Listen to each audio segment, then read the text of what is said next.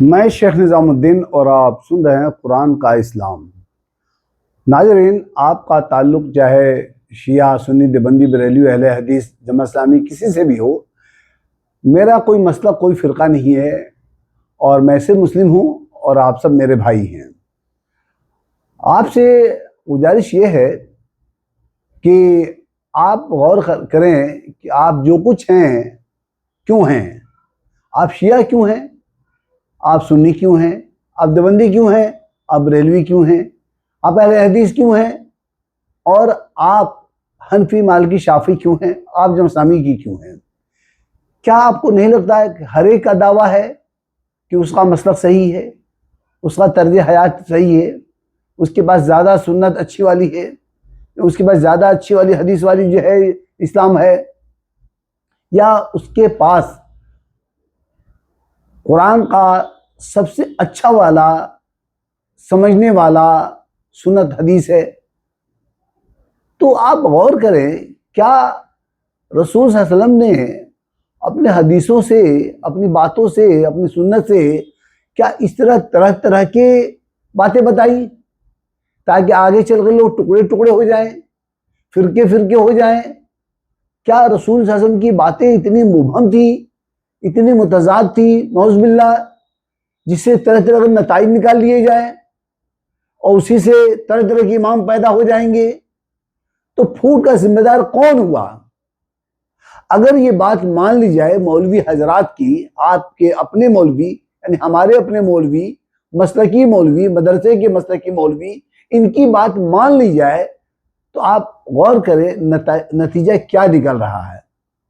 اس پھوٹ کا ذمہ داری کس پہ عائد ہوگی؟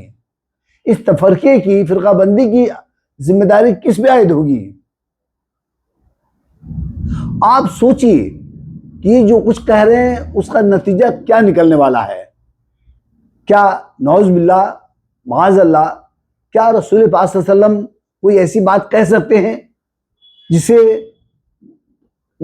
انسانوں میں چھوڑو، خود مسلمانوں میں تفرقہ پیدا ہو جائے، تنازع پیدا ہو جائے، سمجھنا مشکل ہو جائے اور پھاڑ در پھاڑ ہوتا چلا جائے؟ 2 دونا 4، 4 دونا 8، 8 دونا 16، 16 دونا 32، 32 دونا 64۔ یہ کیا ہے؟ یہ کیا دین خالص ہے؟ یا دین قرآن سمجھنے کا اس ذرائع ہے؟ ذرائع ہوتے تو سمجھا جاتا، اور سمجھا گیا تو شیعہ کے بعد سنی کیوں وجود میں آئے؟ سنی کے بعد میں حنفی، مالکی، شافعی کیوں ہوئے؟ یہ ٹکڑے ٹکڑے کیوں ہوئے؟ اور ٹکڑے ٹکڑے ہوتے چلے جا رہے ہیں۔ آج بھی دماغ پر زور ڈالیے، اللہ کے رسول صلی اللہ علیہ وسلم کا پیغام، انہ لقول رسول کریم، قرآن کے تعلق سے کہا گیا، اور کہا گیا بلغ ما انزل الیک من ربک، پہنچا دو یہ پیغام، من تو اللہ کے رسول نے قرآن پہنچایا نا۔ اور اگر قرآن پہنچایا تو کیا اس کا نتیجہ تفرقہ ہو سکتا ہے؟ اس کی تشریح، ایسی تشریح کریں گے، وہ ایسی سنت بیان کریں گے؟ تو معلوم یہ ہوا کہ دین میں تو تفرقہ قطعاً حرام ہے، حرام ہی نہیں ہے، شرک ہے، جرم عظیم ہے۔ سورہ روم کی 30/32 میں آپ دیکھ لیجئے، آپ سورہ آل عمران میں دیکھ لیجئے، آپ سورہ شورى میں دیکھ لیجئے، آپ ان اقیموا الدین ولا تفرقوا واعتصموا بحبل اللہ جميعا ولا تفرقوا۔ کیا یہ آیتیں مولوی نہیں پڑھتے ہیں؟ اور کیا ان اماموں نے نہیں پڑھا تھا؟ آپ انہیں بت نہ بنائیں، الہ نہ بنا لیں۔ ہر مدرسہ نے اپنا اپنا الہ گڑھ رکھا ہے، ہر مدرسے نے اپنا اپنا من پسند رسول گڑھ رکھا ہے، تراش رکھا ہے۔ بہت تلخ بات کہہ رہا ہوں، آپ کو ناگوار گزر رہا ہوگا، کیا یہ حقیقت نہیں ہے؟ تو رسول کیسا تھے، کیسے تھے، ایسا طرز عمل تھا؟ اہل حدیث جیسا، شیعہ جیسا، سنی جیسا، حنفی جیسا، مالکی جیسا؟ شافعی جیسا یا اہل حدیث جیسا یا جمصابی کے درجہ عمل جیسا؟ اب سوچیے یہ بات کہاں سے کہاں پہنچ گئی، جبکہ اللہ کے رسول صلی اللہ علیہ وسلم کے بارے میں قرآن خود بتا رہا ہے، صاف صاف بتا رہا ہے کہ آپ وہ پہنچائیے جو ہم نازل کر رہے ہیں، اور اس میں ذرا بھی آگے پیچھے نہ کریں، اس میں کچھ بھی ملاوٹ نہیں ہونی چاہیے، خالص۔ آپ سوچیے، اسی کے ساتھ قرآن کہتا ہے وَوَجَدَكَ ضَالًّا فَهَدَىٰ، آپ کو ہم نے گم کردہ راہ پایا تو ہم نے ہدایت دی۔ کیسے ہدایت ملی؟ قرآن سے ملی۔ هُدًى لِلنَّاسِ بَيِّنَاتٍ مِنَ الْهُدىٰ وَالْفُرْقَانِ، قرآن کے بارے میں یہ ہے، یہ تو خود راستہ دکھاتا ہے کہ اس کو، انسانوں کو،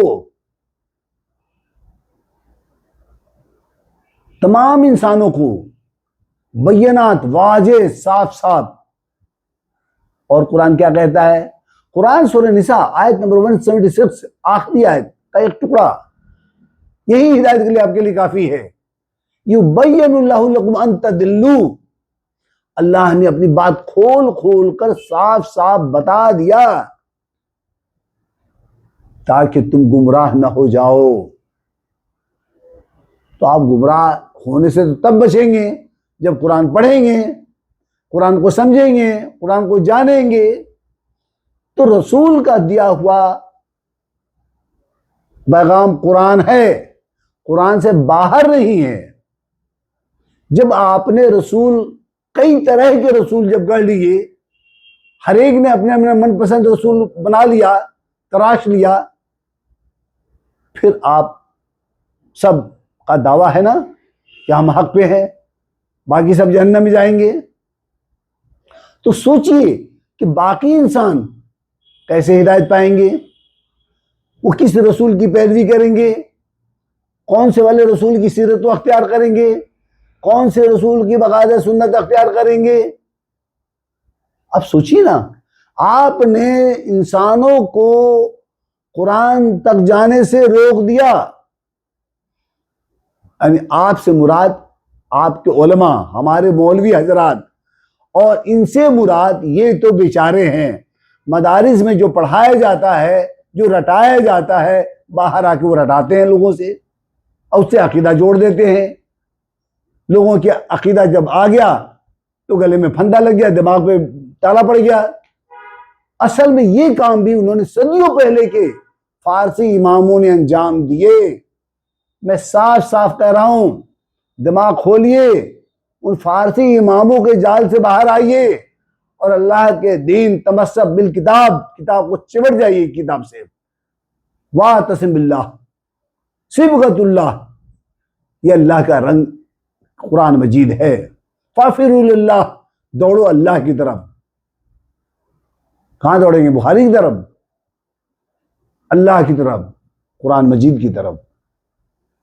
اسی لیے رسول صلی اللہ علیہ وسلم کو بھی حکم ہوا، کیا ہوا؟ فذکر بالقرآن، قرآن سے نصیحت کرو، سنت سے نہیں بتایا۔ تو قرآن کا رسول تلاش کریے، آپ قرآن کے رسول کو ڈھونڈیے، اور وہ رسول باہر نہیں ملے گا، قرآن میں ملے گا۔ قرآن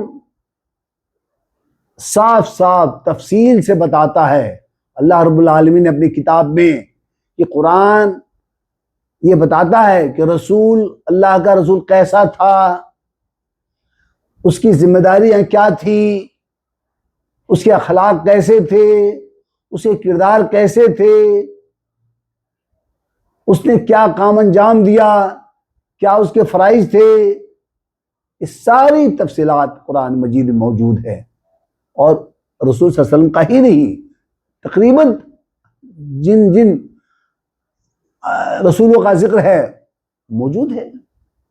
لہذا قرآنی رسول کی تلاش کریں، اور وہ آپ کو فقط قرآن میں ہی ملے گا۔